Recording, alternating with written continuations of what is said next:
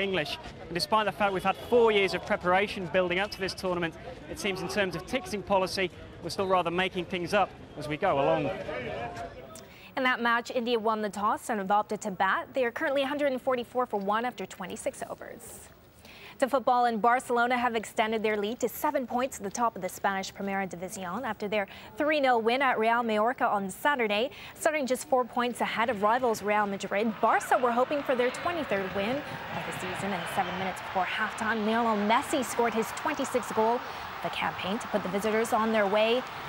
David Villa added a second after the break, beating the offside trap to round the keeper to score. And halfway through the second half, Patricio Rodriguez sealed the win for the Catalans. Final score, Real Mallorca 0, Barcelona 3. Meanwhile, second place Real Madrid could only produce a goalless draw away at Deportivo La Coruña.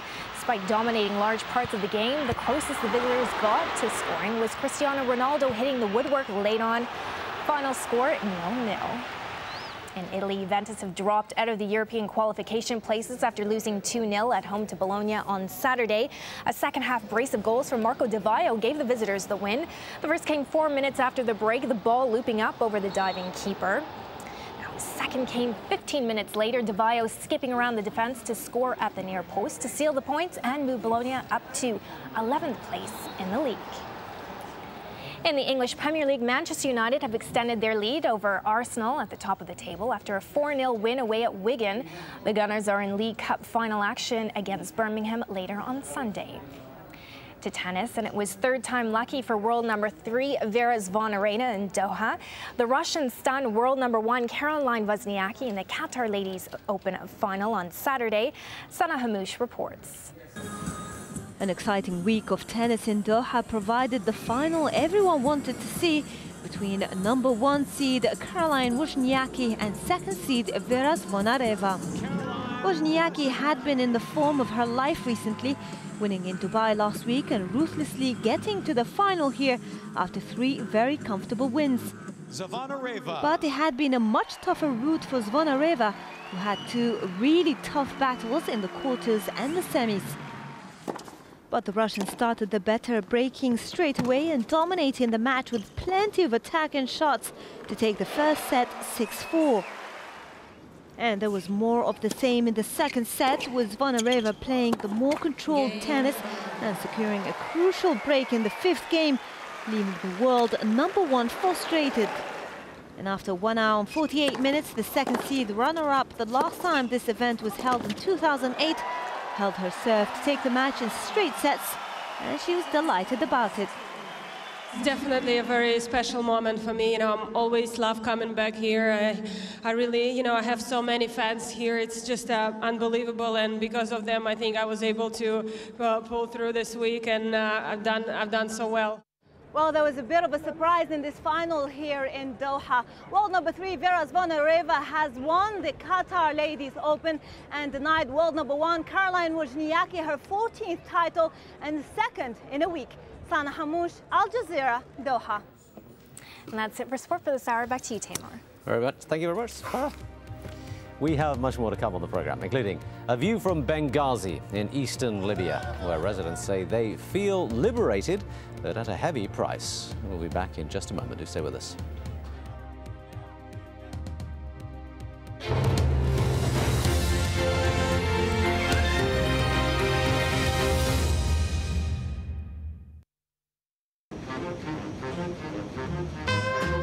Thank you.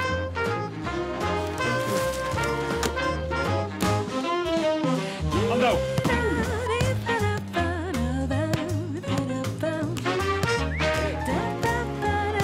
It's an astonishing moment. We are globally yours. We do accept that there was very bad mistakes made in our banking area. Behind the headlines, most South Koreans are not interested in reunification. Is the inside story at this time on Al Jazeera.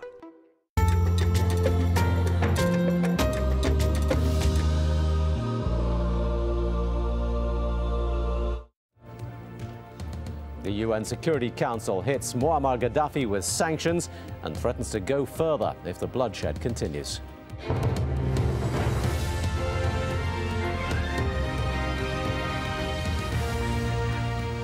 Hello, I'm Taimur Nabili. You're watching Al Jazeera, live from Doha, with our ongoing coverage of the uprising in Libya as the pressure continues to grow on Muammar Gaddafi. Australia fully supports the imposition of no-fly zones within Libya itself. Inside Libya, the uprising is continuing, and so is the crackdown. Armed protesters in the eastern city of Al-Baida are now threatening to march onto the capital.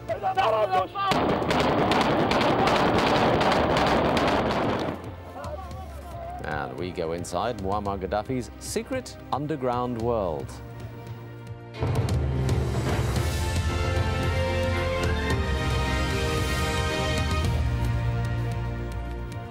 Well, as the pressure continues to mount on Muammar Gaddafi's embattled regime from inside and outside the country, the Libyan leader, it seems, remains defiant.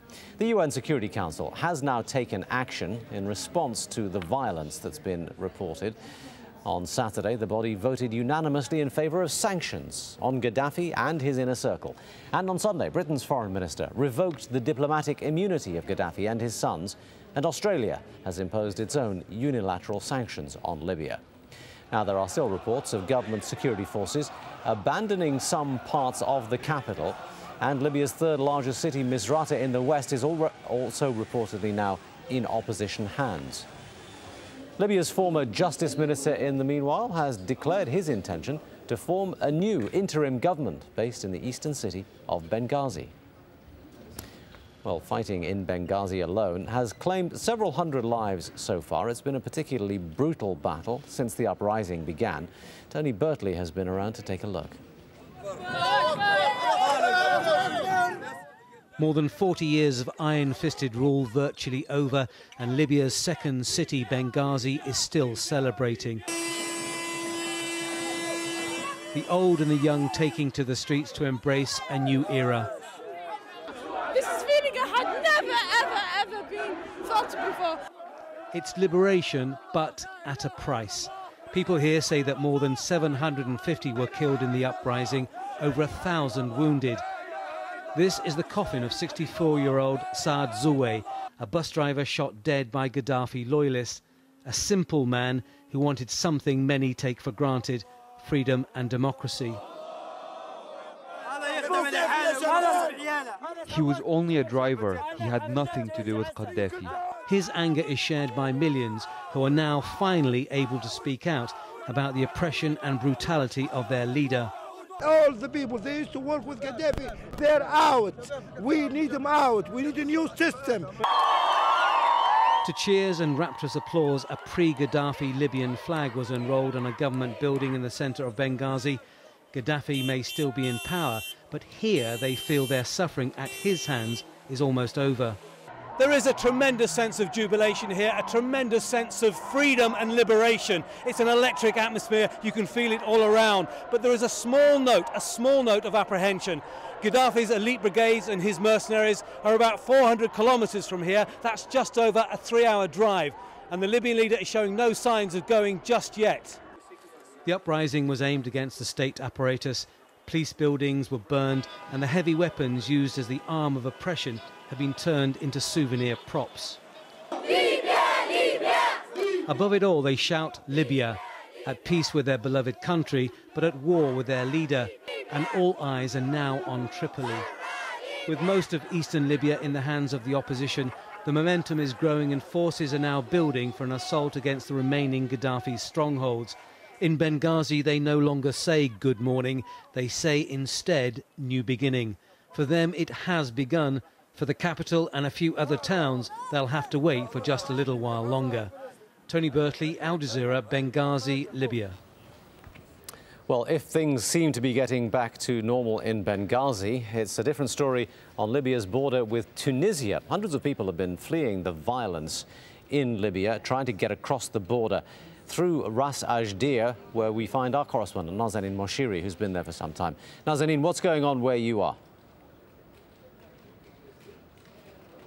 This is an extremely important border for people trying to get out of western Libya. A very different situation there, where we have army and police on the roads. Some important towns do still seem to be in the hands of anti-government protesters, but certainly around some of these towns a heavy army presence. Now, we are hearing reports here, and these are unconfirmed, that there has been some troop movement, Libyan troop movement, just across the border from where we are, 150 metres or so. And a short while ago we did see a Tunisian military helicopter just circling around. Now, we don't know whether that has to do with the humanitarian crisis which is occurring here. We saw 10,000 Egyptians leave this border on Saturday, thousands more departing today. We are hearing also of thousands of Palestinians who couldn't make it out the Egyptian side coming to this border too.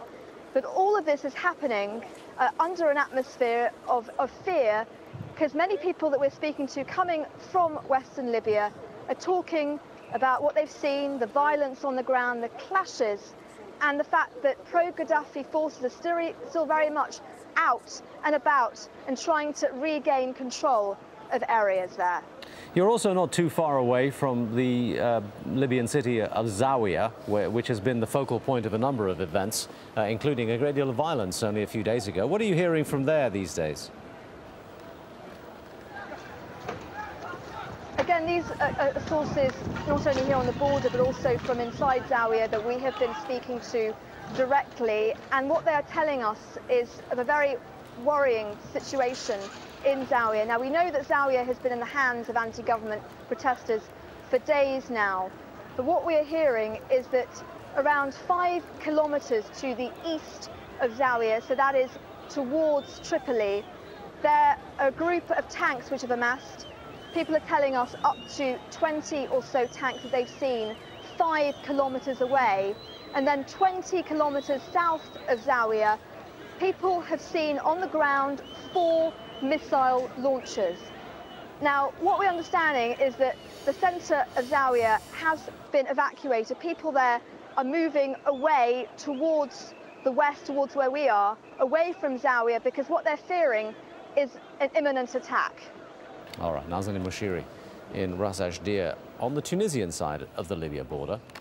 Also in that area is Joe Lowry. He's with the International Red Cross and Red Crescent Society, and he joins us on the phone now. Joe Lowry, thank you for being with us. Nazanin